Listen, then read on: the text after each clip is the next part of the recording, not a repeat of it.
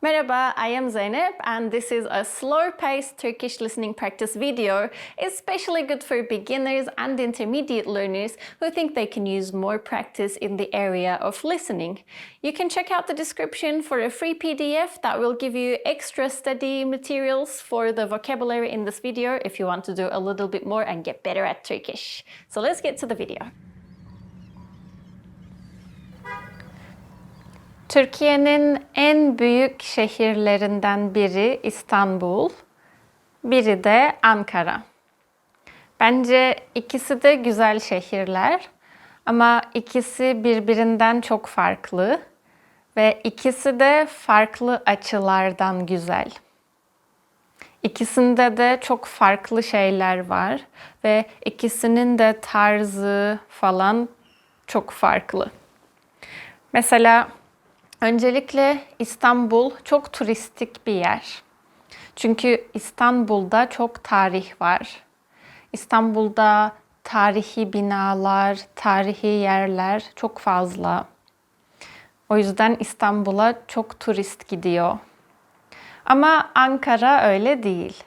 Çünkü Ankara İstanbul gibi eski bir şehir değil. Ankara çok yeni bir şehir. O yüzden Ankara'da pek tarihi bina ve tarihi yer yok. O yüzden Ankara'ya çok turist gitmiyor. Ankara, İstanbul gibi turistik bir şehir değil. İstanbul'da Ankara'dan daha fazla insan yaşıyor. Ama Ankara'da da çok insan yaşıyor. O yüzden ikisi de büyük şehirler. İstanbul'da da, Ankara'da da çok iş var, çok iş yeri var ve çok şirketler var. Çok şirket var. Ama İstanbul'da daha çok şirket var. Genelde büyük şirketler İstanbul'da. Ama Ankara'da da büyük şirketler var. İkisinde de çok iyi üniversiteler var. İkisinde de bir sürü okul var.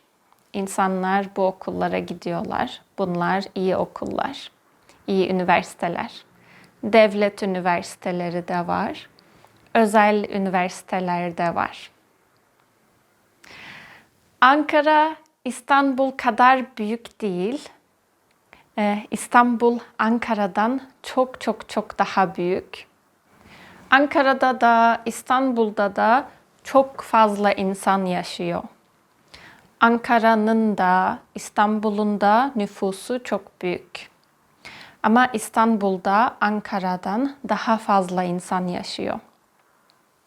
Türkiye'nin çok çeşitli yerlerinden insanlar İstanbul'a gidiyor ve orada yaşıyor. Bu insanlar Ankara'ya da gidiyorlar ama daha çok İstanbul'a gidiyorlar. Ankara'da İstanbul'dan daha az çeşitli insan var bence. Ve Ankara'da daha az yabancı var. İstanbul'da daha çok yabancı var. Çünkü İstanbul'da Ankara'dan daha çok turistik yer var.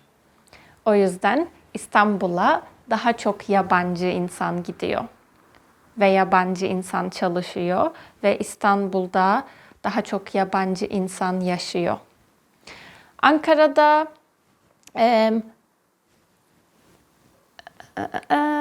hatırlamıyorum.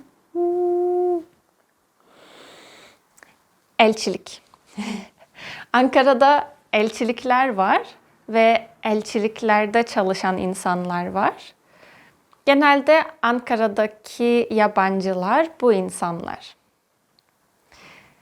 İstanbul'da elçilik yok. İstanbul'da konsolosluk var. Ankara'da elçilik var. Çünkü Ankara Türkiye'nin başkenti. Birçok insan İstanbul Türkiye'nin başkenti sanıyor ama bu yanlış. Türkiye'nin başkenti Ankara. O yüzden Ankara'da elçilikler var. İstanbul'da elçilik yok. İstanbul'da hava Ankara'dan biraz daha sıcak. Ankara'da hava İstanbul'dan biraz daha soğuk. İstanbul'da kar yağıyor ama çok fazla yağmıyor ve çok sık yağmıyor. Mesela bazen 4 yılda bir, 5 yılda bir kar yağıyor İstanbul'da. Ankara'da her yıl kar yağıyor ama çok yağmıyor. Bence biraz yağıyor. Son yıllarda daha az kar yağıyor.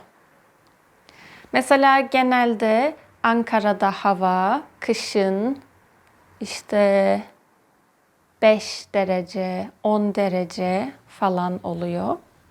En soğuk böyle 0 derece falan oluyor.